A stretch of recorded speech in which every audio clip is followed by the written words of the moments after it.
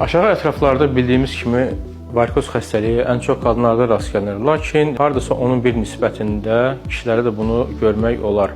Kişilərin müraciətində biz nəyə rast gəlirik? Adətən bunu gecikdirdikdə varikoz olan nahiyələrdə, yəni ki, qıvrılmış damar olan nahiyələrdə həmki hissələrin qaralması, trofika xorlarının əmələ gəlməsi və bu kimi hallar. Və bu halların əmələ gəlməməsi üçün ümumiyyətlə xəstələr vaxtında bizə müraciət etməlidirlər. Onları daha tez olaraq müayinə etmək, aşağı ətrafları Doppler etmək və bunun nəticəsində də biz təyin edirik varikoz olan damarlar hansı səviyyədə zədələniblər və xəstəyə əsasən təklif edirik endovenoz lazer ablasiya əməliyyatını. Endovenoz lazer ablasiya əməliyyatı aşağı ətraflarda kəsik tikiş olmadan və xəstəyə ümumiyyətlə narkoz vermədən keçirilən bir əməliyyatdır və burada əsas məqsəd odur ki, ümumiyyətlə varikozun kökündən tam həll olunması, yəni ki, əsas damarın yandırılması xüsusi alman cihazı vasitəsilə və bununla da xəstəliyə demək olar ki, tam son qoyulur.